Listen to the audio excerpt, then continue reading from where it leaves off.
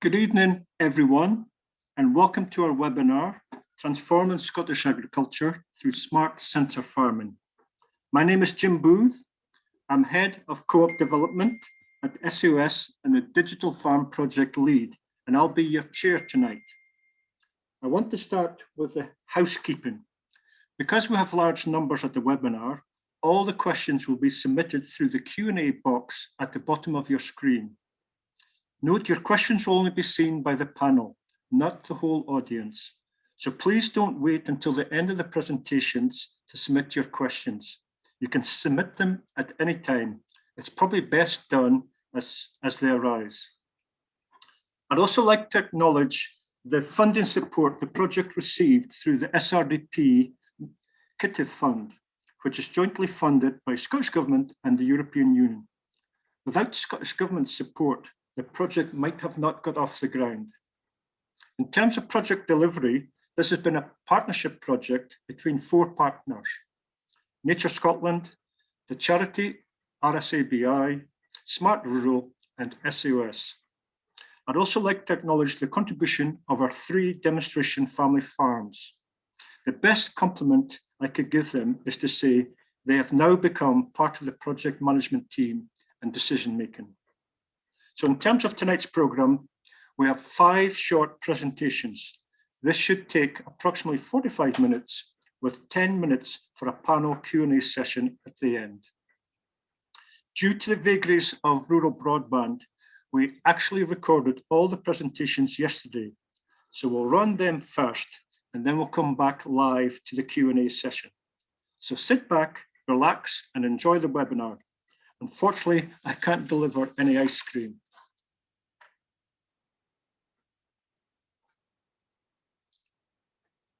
Our first speaker is George Noble, who is a colleague at SAOS.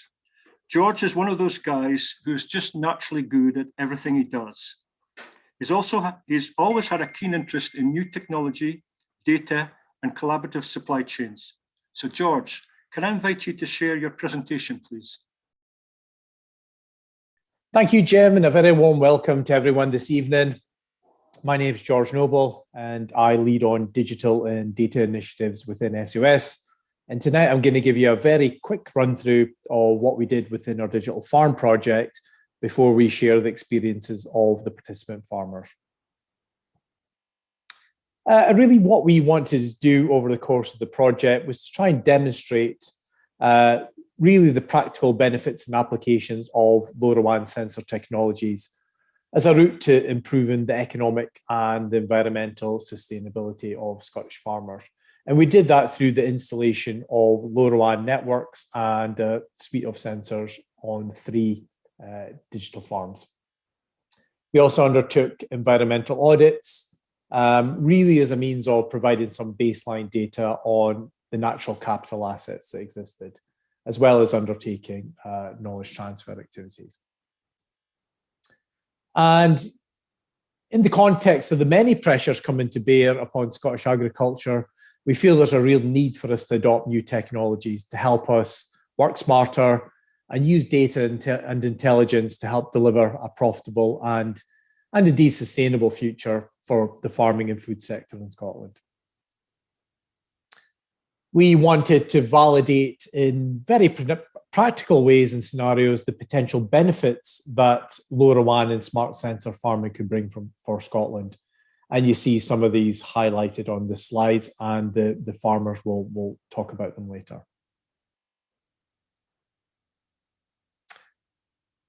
And in a global context, we're seeing a real uptick in interest with respect to the application of LoRaWAN within rural and farming environments.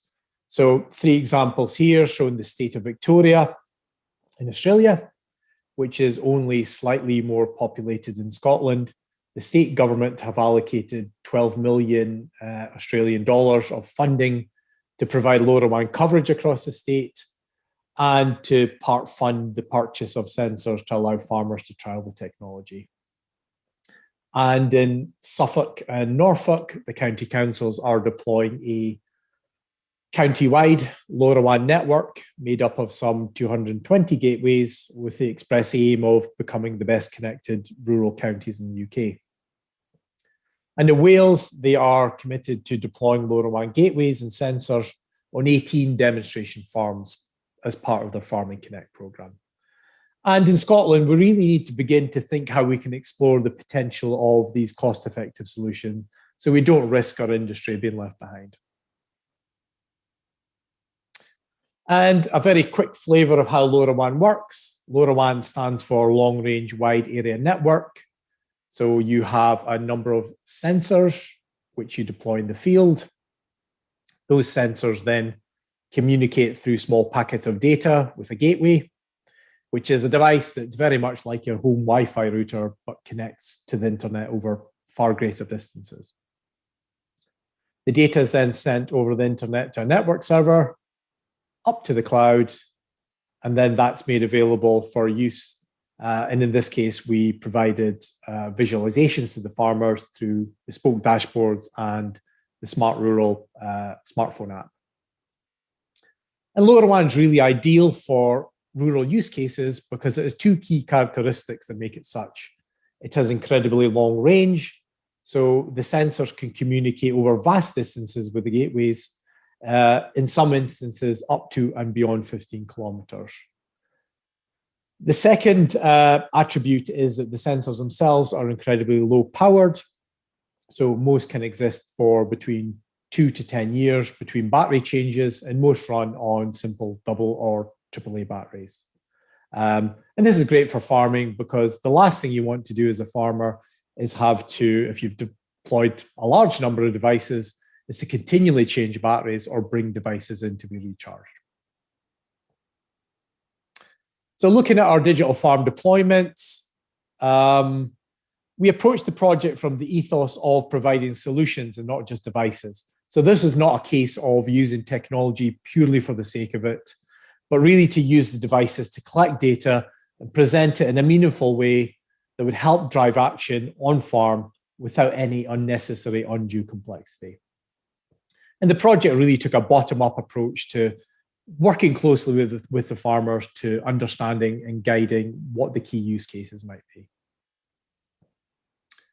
I mentioned gateways earlier. So the gateways effectively come in two different flavors. We have a powered gateway, which quite simply plugs in and is typically mounted to a shed. And we have an off-grid variant that can be placed quite literally anywhere. No need for power and works off solar, wind, and battery power. So quite literally, nowhere is too rural for LoRaWAN. And on the farms, we deployed a broad suite of sensors and devices. You can see some of those here. But really, this is only scratching the surface of what is possible with LoRaWAN. Quite literally, there is a sensor for every conceivable use case, and the whole ecosystem and suite of sensors is grown quite literally on a daily basis. And we provided the farmers with visualizations and alerts, and three means to achieve this. We had vendor-specific applications. So it could be a device that had its own back end. So in this case, we see the weather station back end. We also provided the farmers with bespoke farm dashboards that were unique to their farm and displayed only their sensors. And we also provided access to the smartphone, the SmartRural smartphone app. But again, they could view their data and receive timely alerts.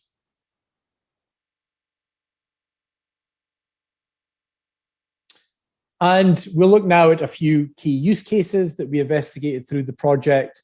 There are, of course, much more, but we felt these were a few of the really interesting ones. One of the use cases that really generate a huge amount of interest within the agricultural community is lone worker safety. And why is this? Obviously, we know that farms are dangerous working environments. There's a need for farmers to comply with health and safety regulations and to protect their employees, which in many instances are also family members. Farms have to deal with cell phone dead spots. And we think that a LoRaWAN solution had the potential to overcome those challenges and potentially be delivered at lower cost than cell-based or GPS-based solutions. And the lone worker safety solution is really based on a very simple push-button personnel beacon that an injured party will a worker will carry with them. If they get into trouble or get injured, they push the button, and if they're within LoRaWAN coverage, that alarm then gets sent to an alarm response center, who initiate a call for response to the designated responder, and they then come to aid the injured party. So a fantastic solution that we're currently deploying, and the demonstration farmers will talk in a wee bit more detail about the usefulness of that later. We also looked at sensors that could be deployed within cattle sheds to provide key insights. So we deployed a number of sensors that could provide alerts to burst pipes within cattle court to allow quick response.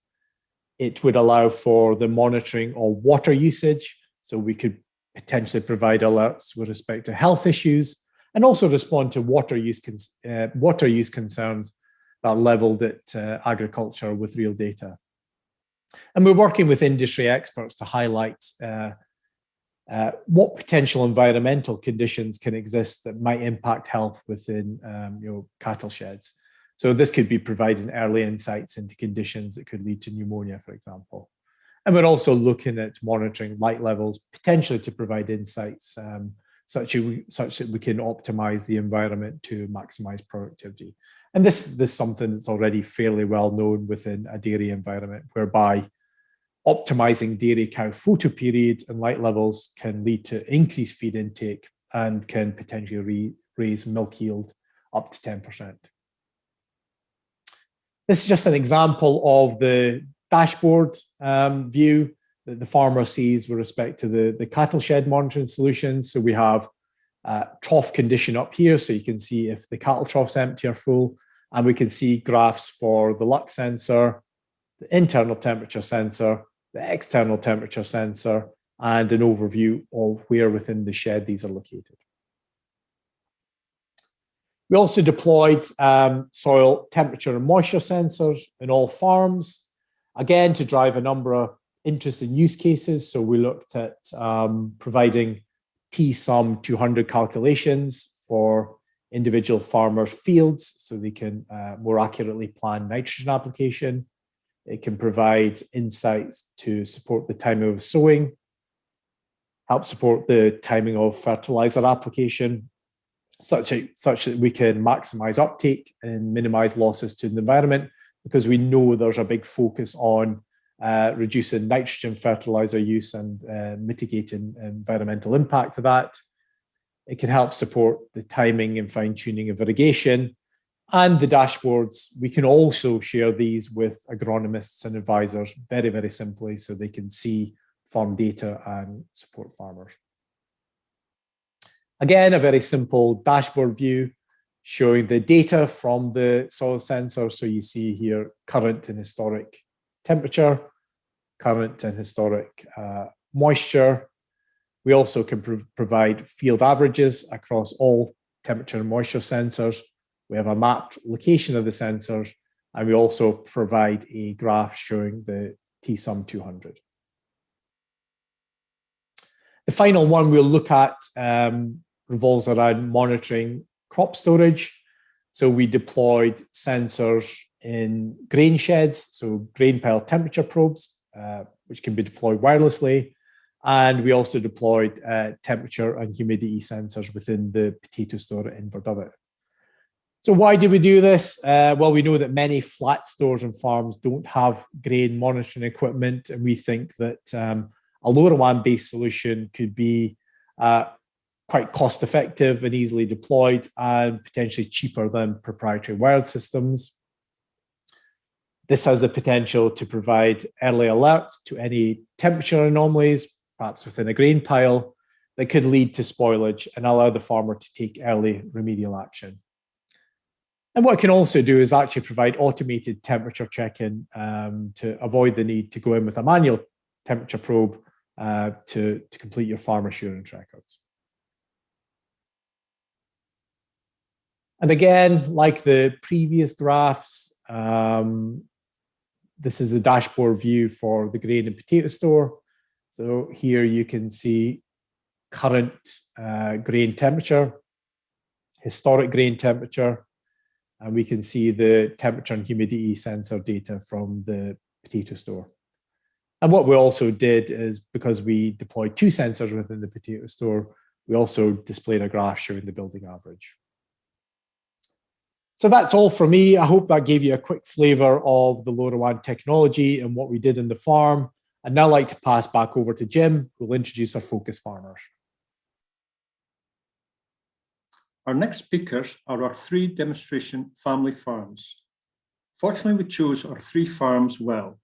They have all contributed immensely to the project's success, so much so they are now an integral part of the project delivery team. First, we'll hear from Neil and Debbie McGowan, Incheoch Farm, Alyth. They're one of the top commercial livestock breeders in the country and were recently recognised as the Farmers Weekly UK Sheep Farmers of the Year. Next, we'll hear from father and son team, Russell and Robbie Brown, Inverdovat Farm, Fife. Russell is the chairman of our new Ware Marketing Co-op, Scottish Potato Co-op, and was part of the inquiry team for the influential Farming for 1.5 Degree report. And Robbie represents the next generation of farmers, so is smart and tech savvy. Then we'll hear from Elaine Booth and Peter Robertson, Ednie Farms, Aberdeenshire. Elaine is well known in farming circles from her previous employment with SAC as a crop researcher, and Peter brings a real commercial drive to make change happen. The final presentation of the evening is from Paul Lindop, who is the project director at SmartRural.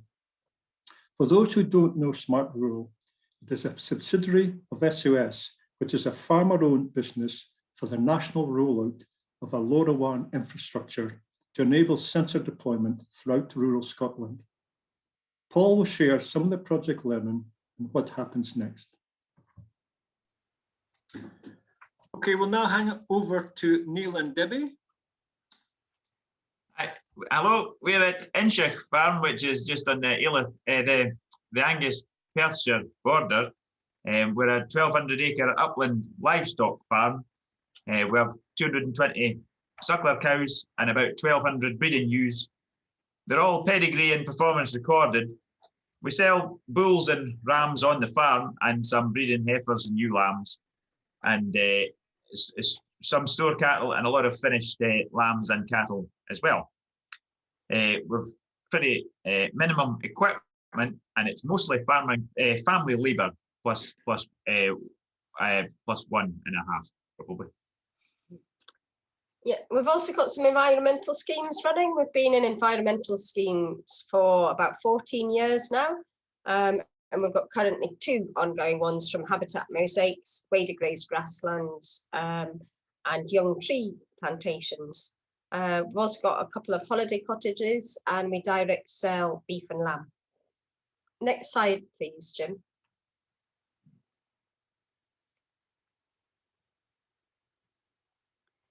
The sensors that we've trialed through the SmartRural scheme, we've got a weather station, which has been really interesting. The intelligence from that's been great, helping us put our NVZ plans together, and just learning a little bit more about exactly what temperature we've got around here.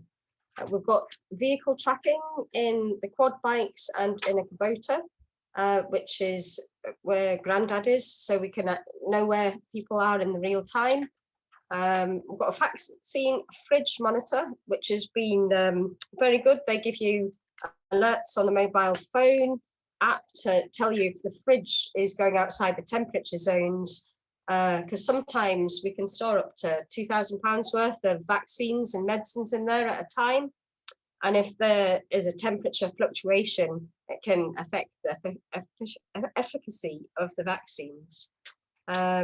We've got livestock shed monitors and an electric fence monitor to tell us when it needs change, the soil temperature, One gives an indication of the right time to apply fertilizer for the best efficiency, giving us less waste and helping reduce carbon. So the effluent tank monitor, again, is a great one because it alerts your phone with an alarm when it's getting near the top of the tank and helps you prevent leakage and any potential environmental disasters. The river level monitor can tell you when to move livestock off the lower ground if it's going to flood. And the personnel beacon, it's a pretty new one that we've trialed. Neil had it on him when we were working with bulls in the shed a couple of weeks ago and must have leant over and pressed it. And his mother is the third person of contact on the list, but that was the only one that the outside people could get. So she got a phone call and then was having a panic because we were in a place where there's no phone signal. So she eventually found us and we were all fine, but it was really good to know that that could work well in a case of need. So next slide, please. So why did we get involved with the project? I think, well, I think we thought if the team could make it work here, it would work anywhere. We're not very tech savvy really, and we have, as Deb said, the phone signal's not good on the farm. There's only a few places phones work, and our internet coverage was pretty shocking. So that was. I thought it would be a good challenge, this place, for SmartRural. We've also seen how data has helped us in our breeding programs with cattle and sheep, and how the technology such as EID has made a lot of jobs a lot simpler and quicker. And we just thought this the Smart Digital project was, although it's at an early stage of our understanding, and we were keen to be involved with it, I think. So next slide, please. The benefits to us, I think, being time efficient on a family farm is something that we're always trying to improve. We're quite aware that Grandad spends a lot of time, we rely on him a lot. He spends a lot of time keeping an eye on things and just monitoring things. And if we can get some technology in place to help just manage some of that data and keep an eye on things, it gives us a bit of peace of mind, I think, going forward. And just in general, I think the efficiency of the unit going forward, of the business, a lot of the enterprises, I suppose, a lot of the low-hanging fruit have gone, and it's going to be little things that's going to make a big difference to us. It's a bit like the Team Sky, the cyclists, with their idea of the aggregation of marginal gains. It's putting together all the tiny little things that's going to really help us, shift forward in the future, I think. And that monitoring of little changes, I think, will help that. And probably in the future as well, looking at net zero and environmental schemes, if we're going to be rewarded for public goods or provision of public goods, we'll need some way of measuring that. And it's all a big unknown. But if this thing can help us measure that, I think it will help in the future. So next we have Russell and Robbie. So over to you guys. All right, thanks a lot, Jim. Welcome everybody to this evening. First, a few facts about ourselves. We are a family partnership in Northeast Fife and Perthshire. Hilary and I came to Inverdovat in 1997, and then since the boys, Robbie and Stephen, joined us in the partnership, we've expanded up to the acreage we're at now. We have 3 farm steadings, which are about 20 miles apart. The 2 of them are actually only 4 miles apart as the crow flies, but the Tay is unfortunately in the way. Our main Our main crop is really the potatoes. So we have to have a storage about 7,500, about 5,000 of these are stored till later on April, May, June. We've just recently started a co-op with 17 other growers, and we're very excited about that. We have a full range of combinable crops. The main one is wheat, which is about 50% of our area, and there's spring barley, oats, winter and spring. And we let some ground out for vining peas and broccoli. The other crop we've got is rye, which goes into the local AD plant. We have about 250 ewes for grazing the permanent grass here, and we have some rotational grass. We like to think we've got good, useful equipment, and we have 3 excellent full-time staff, and we have 5 seasonal ones that come in to help with the planting and the lifting of the potatoes. Cover the next slide, please. Yeah, we've always been keen on technology. We got into GPS and soil mapping, the spreading of fertilizer quite early on, and we've seen the benefits of these technologies to both ourselves and the staff. It makes work a lot easier. When we got involved in this, it was the same time we're setting up the co-op, and Jim was very keen to get other potato growers involved in this. And we also thought that if it was successful, we could then pass that on to other members of the co-op. Another reason we got involved, we could see easy wins for us, for ourselves and others. And in our case, with the farms being so well spread out, it was easy to see the advantages this technology could bring to saving us time and money. And I'll hand over to Robbie. Evening, everyone.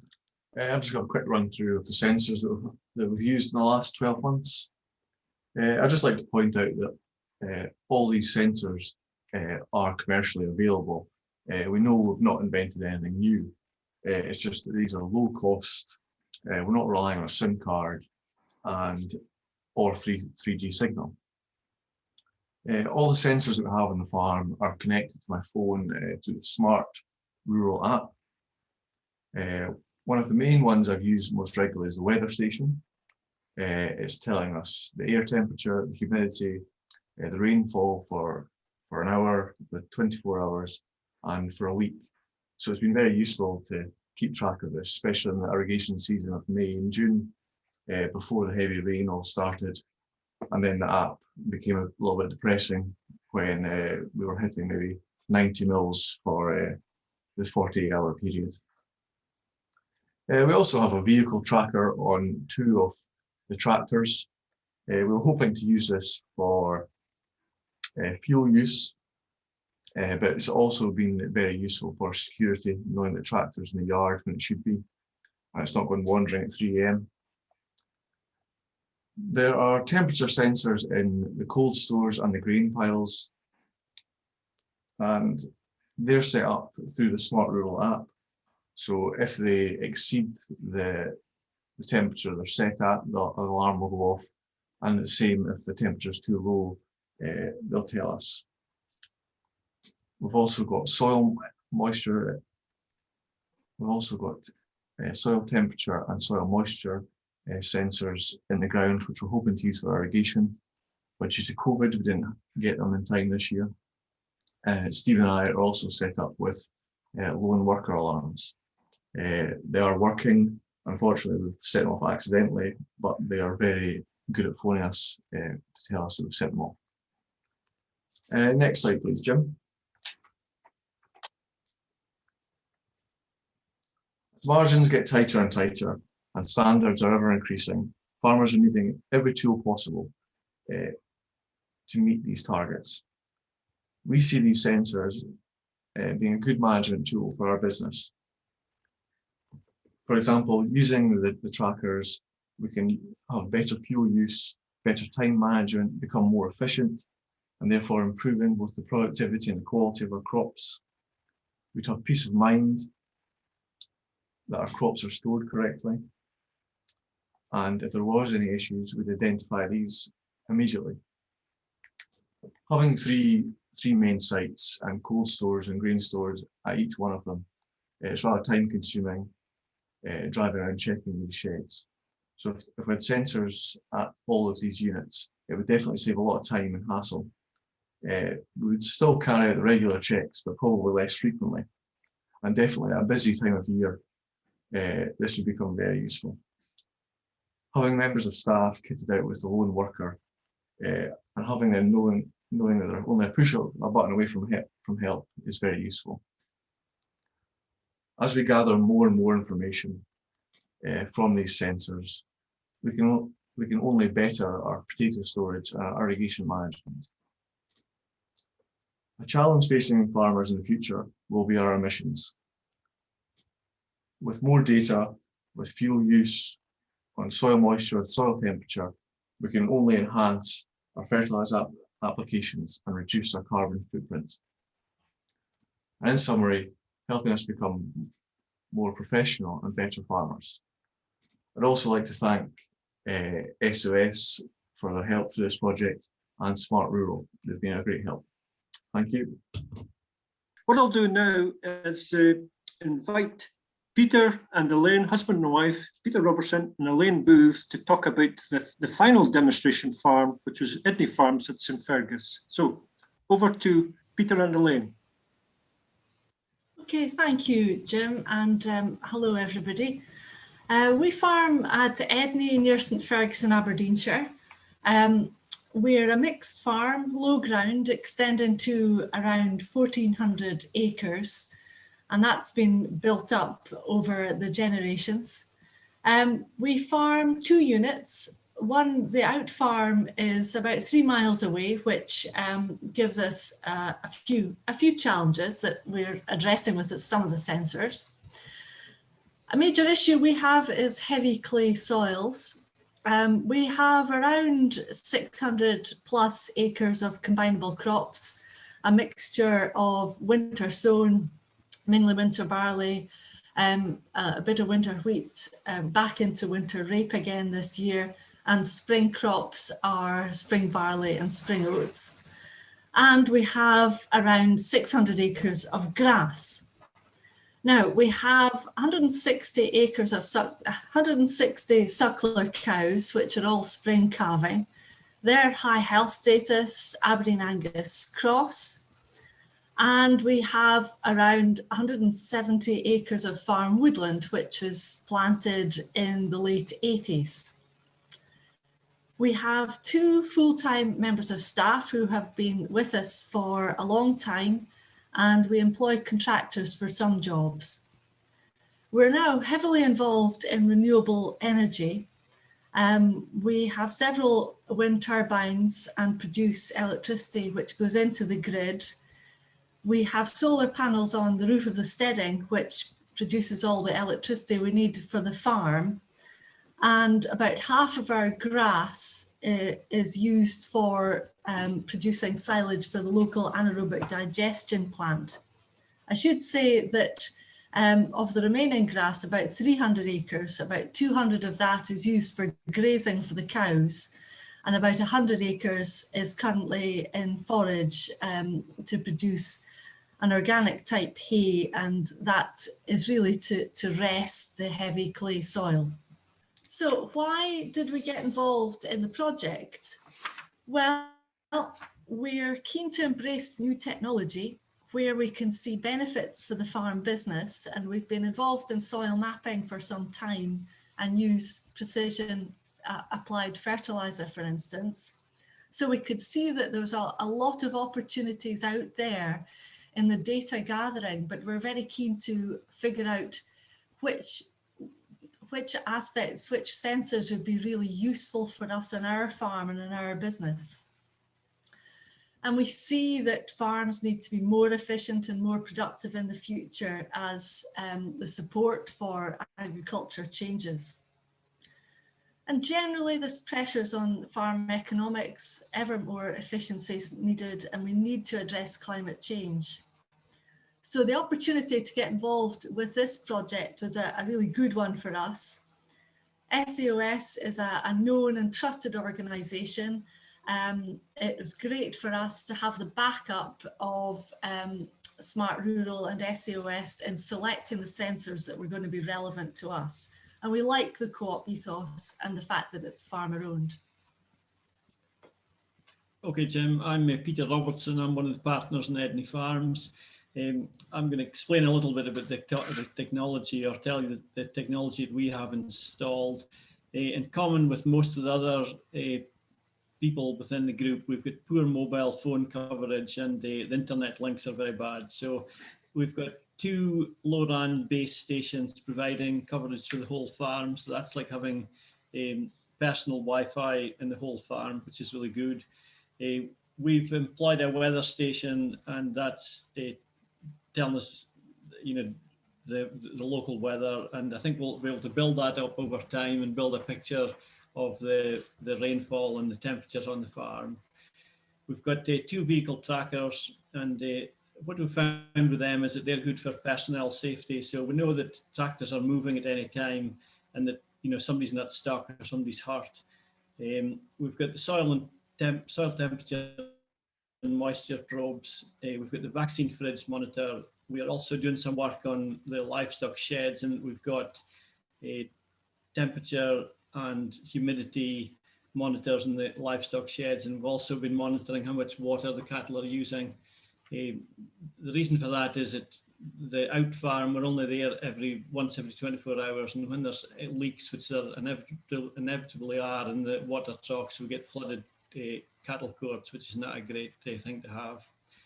Again, we are monitoring grain temperature in the stored grain, and the one that I was pretty keen on, we've now got lone worker monitors. So myself and the foreman have got one, and the other tractorman's going to get one as well. So that is great peace of mind for ourselves. So that's the technology we have employed on the farm through the project. Okay, thank you. So what do we see as the benefits for us here at Ednie? Well, more efficient use of inputs and resources. For instance, using the soil temperature and moisture probes, we can really be more selective about when we apply nitrogen onto fields, and that will be useful for saving wastage and with climate change benefits. We have a more timely alert to actual and impending negative events, for instance, water troughs leaking, any problems with personnel as well. So hopefully that will help to prevent any disasters. And an immediate benefit we've seen is to lone worker safety. So that is a big, important point. I think one thing doing this project with SAOS and SmartRural and how they're viewing this, we do see the retention of farmer ownership and control of data being very important to the industry, because there's huge amount of data that can be gathered from agriculture these days. I think it's very important that that ownership is retained, and so the benefits can be retained within Scottish agriculture. And we're also finding with a lot of these sensors that we've put in, like the weather data, the grain storage data, the fact that the sensors record data automatically enables these type of routine and repetitive measurements to be made of many different variables. And these are some of these things we might have liked to do in the past, like having the weather data, but we just didn't have the time to do all the manual recording that would have been required with old systems.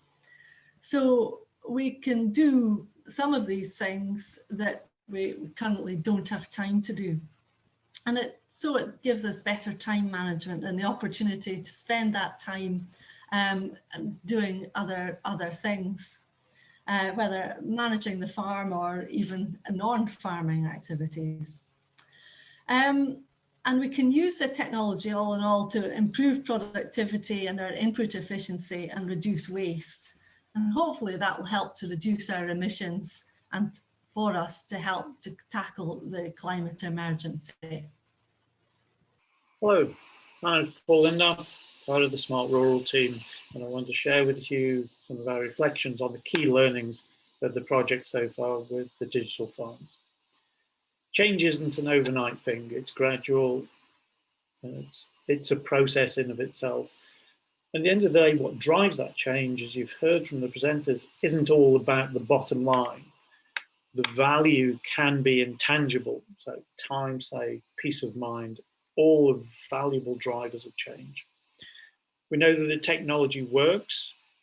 Now, not all sensors are rural ready, and we've changed out, upgraded, and that process will continue as we learn what can survive in rural.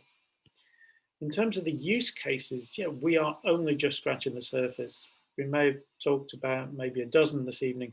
There are hundreds out there. But at the end of the day, the prioritization of the efforts of turning those use cases into real world working examples has to be led by the farmers. The way that the farmers consume the output between the app and the dashboard, that integrated platform is really valuable and helps them understand, not just on an alarm basis, but on trends and comparatives between various aspects of their farming. When it comes to scale up, yes, the opportunity is there. There is a desire for the uptake of IoT. What we have to do is manage that to grow at speed and at scale. And the problem is that organic growth and innovation is possible, so adding another farm, but that's way too slow to meet the needs of tens of thousands of farmers and the scale and magnitude of the challenges that we're here to try and solve. So what do I see as the future? More of the same. It's about use case delivery driven by the farmers and that ethos of working smarter, not harder. The technology is there and available.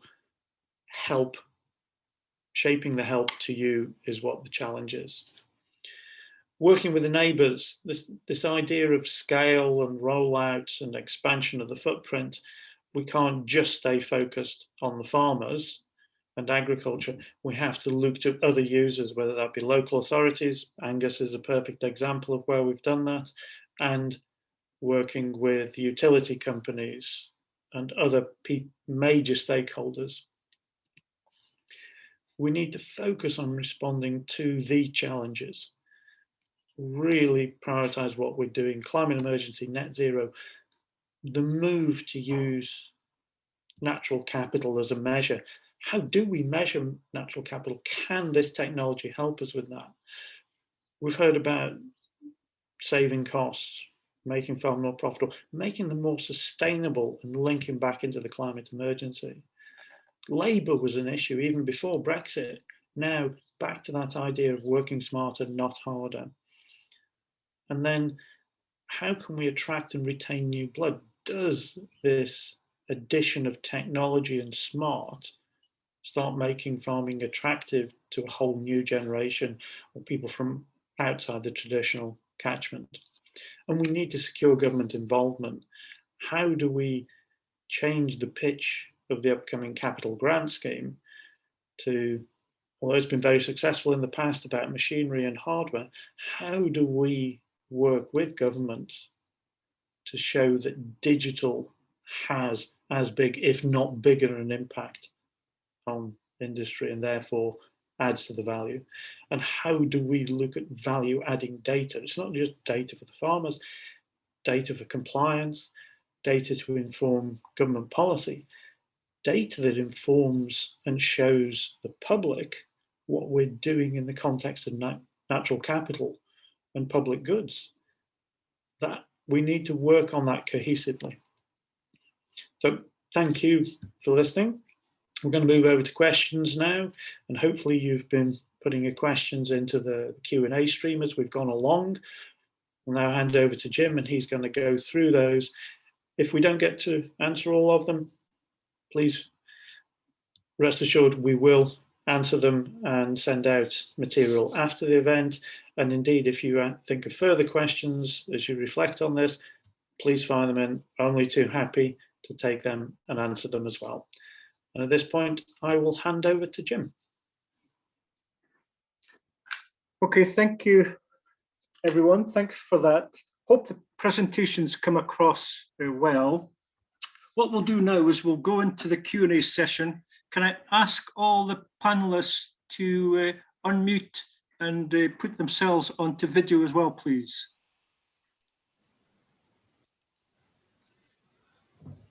So we've got all the speakers back again in the panel, plus I'll introduce Paul Crooks. Can I see Paul? Paul's not on yet. Paul, if you just give a wave. Hi there. Paul is he's our specialist technical engineer. So he's doing all the LoRaWAN, the sensor integration. So any awkward questions I'm going to put in the technical side, I'm going to put to Paul. So he's your man there. So I've got a whole list of questions. I've been busily writing them down. Please keep them coming. Please keep them coming. So put them into the Q&A box and I'll try and get through them as quickly as possible. Can I just ask the panelists to try and keep your answers as short as possible so we can get through as many questions as possible. So the first one came from Robert Ramsey, and this is for all the farmers. So we'll quickly go through all the host demonstration farmers. What has been the main advantage? Has it been economic, lifestyle, or environmental in terms of the sensor, the smart sensors? So we'll start with Neil and Debbie. What would you say is the main advantage to you guys? Economic, lifestyle, or environmental? I would say the quickest one was the vaccine fridge monitor that highlighted that we had a wonky fridge. So that was definitely a quick win-win gain. Okay, that's a quick economic one. Neil, do you want to? You don't have to. I'm going to. If you anything quickly you want to do, or I'll move on. That's our best answer. Good, thank you. Elaine and Peter, what did you say is the main advantage? Was it economic, lifestyle, or environmental of the sensors? Well, I think at the moment the first benefit we're seeing coming through is really in what you'd regard as lifestyle. Maybe it's to do with the lone worker and having that peace of mind in case anybody gets hurt or gets into trouble. You know that there'll be a means of getting help to them. Yeah, that's really good, and I'm glad you raised that one, because when we did our research about the use cases, and it came up number one. We've done a survey of lots of farmers, and the lone worker farm safety always came up as number one. So I'm glad you raised that one. If I can ask Russell and Robbie the same question, what did you see as the main advantage of your sensors? Was it economic, was it a lifestyle, or was it environmental? I would say in year one, it would be the lifestyle, just with decision making, using the weather station or the probes to make decisions throughout the day. Yeah, so saving a bit of And time. also, Sorry, Russell? I was just going to say the potential for the lone worker is very important as well. Yeah, good. Okay, I'm going to quickly move on. I've had a number of questions about costs, because we haven't talked about costs. So there's people are asking about the costs. What's the cost of the gateways? What's the cost of the sensors? What's the cost to install that sort of medium-sized farm? So maybe give that question to Paul, Paul Crooks. Yeah, I've seen that question quite a few times. It really depends on the solution and who's providing it. Different farms prefer to pay in different ways. Some prefer to do the capital, and others prefer to rent. At SmartRural, we're trying to look at a co-op model where and some of that goes towards paying for the equipment. So we found out early on there's no just one step for the average solution. It really depends on consultation to see what solutions are. So I urge anyone to what they have in mind, and we can try and look into it further. Okay, you're breaking up a bit there, Paul, but thank you for that. And then just, it's very difficult to talk about the cost because it's all site specific as well, but it is low cost technology. My next question is about data and data security and who owns the data. I'll maybe pass it on to George. Yeah, thank you, Jim. And yeah, data and data security is something that's very close to our heart. Obviously, if you are using a third-party device, so maybe the weather station, for example, you'll be bound by the terms and conditions of that particular vendor. But if in the case of SmartRural, we are ourselves the provider of the device and you're working through our solutions, then really what we're looking to do is to protect that data and ultimately hold that within a cooperative structure. So ultimately what we want to do is to collect and aggregate that data and deliver those insights back to the farmers and to the industry as a whole. So it's really for the common good of agriculture because too much data has actually been lost from our industry. Okay, super, thanks, George. We'll move swiftly on. I've got a question here from Angus Council. And what could we offer farmers to transition to smart sensor farming? Paul Lindop, if I could maybe ask you to tackle that one, please. Yeah, I think obviously with the project we're doing in Angus between Brecon, Montrose and Arbroath, where we will have a large-scale deployment of LoRaWAN, we will be actively looking to contact all the farmers in that area and see what we can do to help them. So working with Angus Council and Economic Development, that's a really good way of leveraging their investment, which is around the broadband, and ours, which is around the LoRaWAN. So I'd really encourage any of the Angus farmers who are on the call to get in touch and we'll include you in those meetings and conversations. Okay, super. Thank you, Paul. A question here, and I might answer this myself, a question here about how difficult is it to convince traditional farmers to adopt new technology? And I think for me, the key thing is that this technology must be easy to work. It must be reliable and it must be trouble-free. So, and clearly it must deliver value. There must be value and benefit there as well. So I think it has to be an economic benefit, but the key thing, it must be hassle-free. I think farmers are time constrained and they're complex, life is complex enough. So they want something that's reliable. Okay. My next question, I'm just reading my writing here, is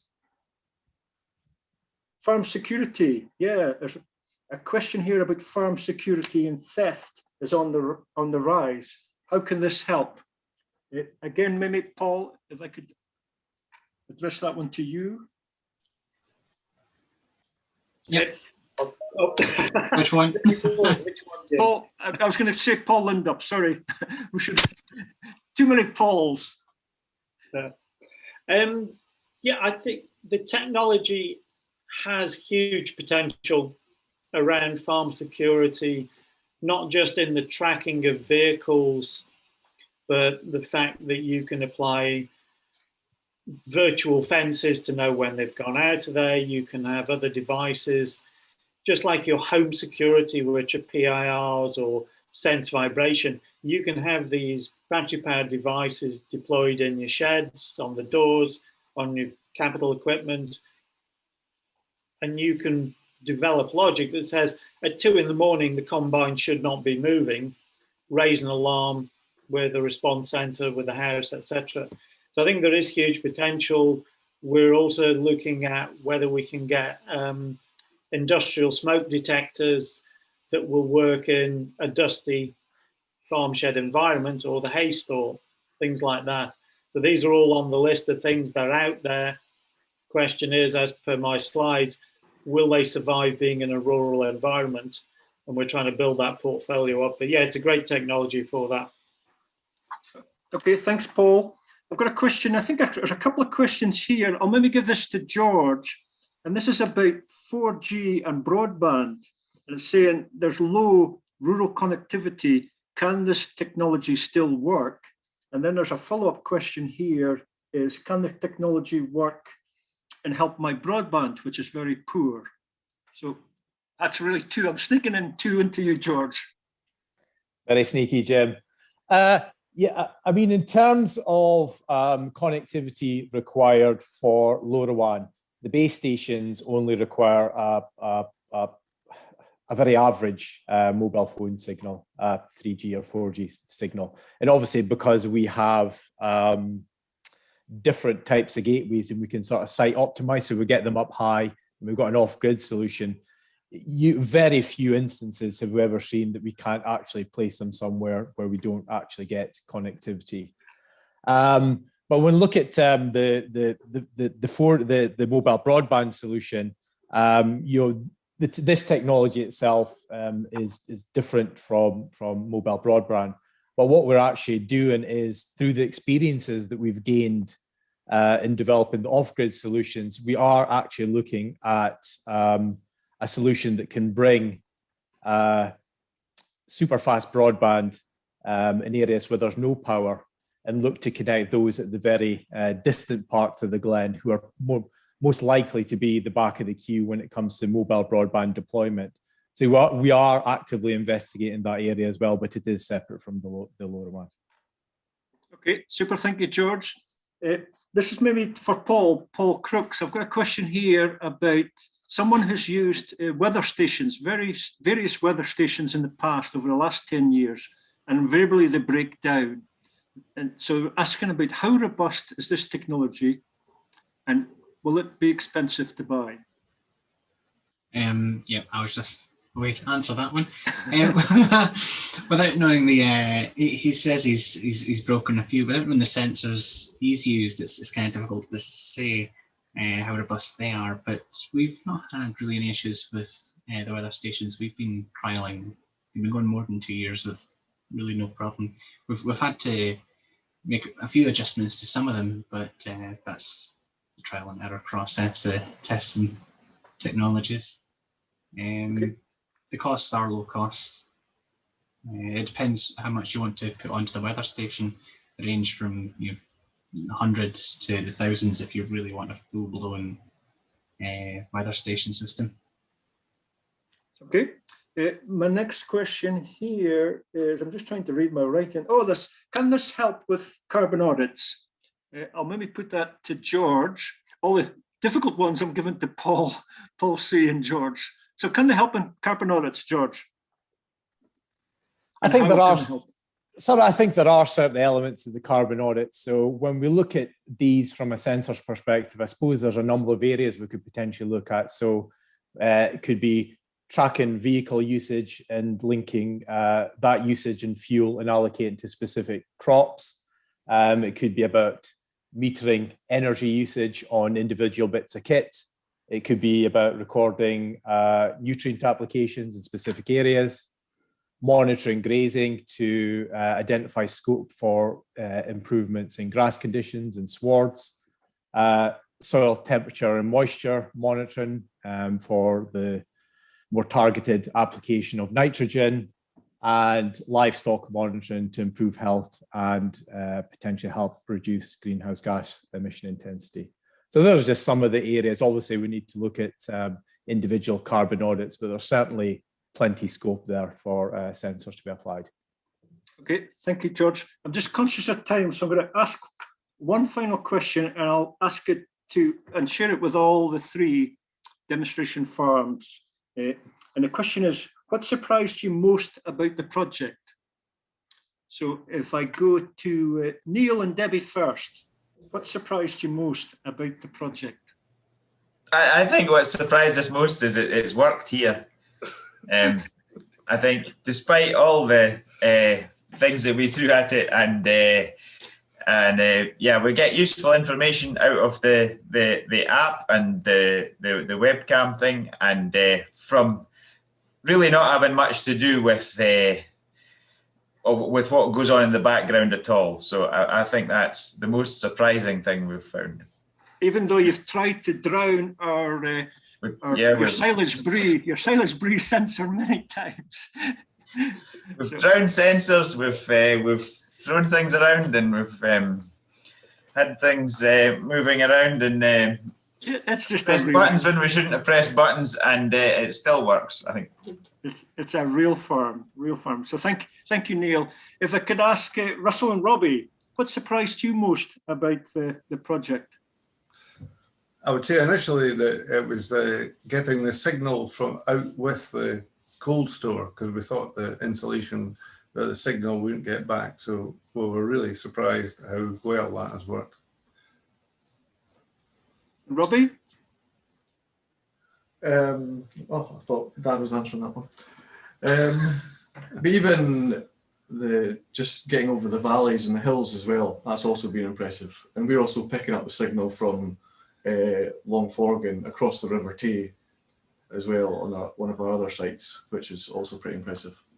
I know the coverage is amazing, really. And you know, the dashboards as well, I'm sure you'll agree the dashboards has been a great success when we developed the dashboards. But over to Peter and Elaine, the same question. What surprised you guys most about the project?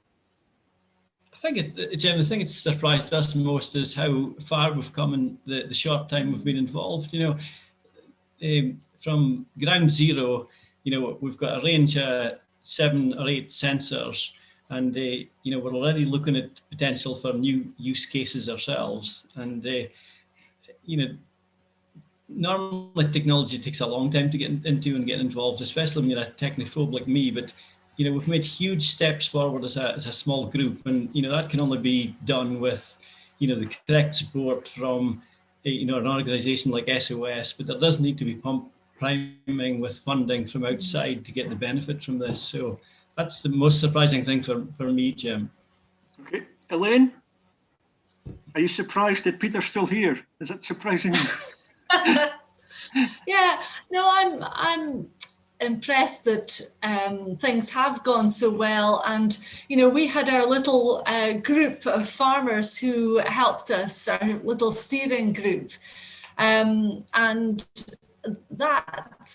they were all very enthusiastic about it as well. I shouldn't really say I'm surprised about that at all, but no, it's been very successful, and I can see how we go forward and use it more in the future for carbon auditing and benchmarking, you know, with other farmers and things like that as well. So yeah, we can see a lot of tools, a lot of options for the future.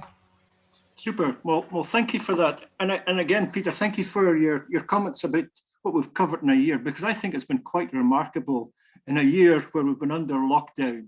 You know, what we've achieved is a great credit to you all and to the team in delivering it and making it happen on the ground. So thank you for adding that in. So I'm conscious of the time, so that really brings the end of our webinar. So I hope you found it of interest. The takeaway message I hope you have is that smart sensor farming has a real role to help farmers improve their performance, their productivity, to make their lives easier, and to help contribute to the climate challenge and protecting biodiversity. In terms of what happens next to our KITIF project and our digital farms, that will depend in part on future funding from Scottish Government, but we'd like to build on the successful foundations we've laid. The wider adoption of the technology depends on how you, the audience, and other rural stakeholders engage with it and build it in your own business.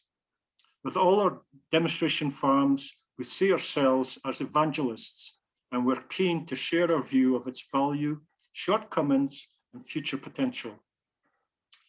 So at the end of this, we'd like to contact all the attendees just to check, to inquire if you need any further information on anything we've discussed. And again, all the project partners, we're happy to engage with you about this event and continue the conversation. So thank you again for your attendance tonight, and can I wish you a safe journey home? Thank you.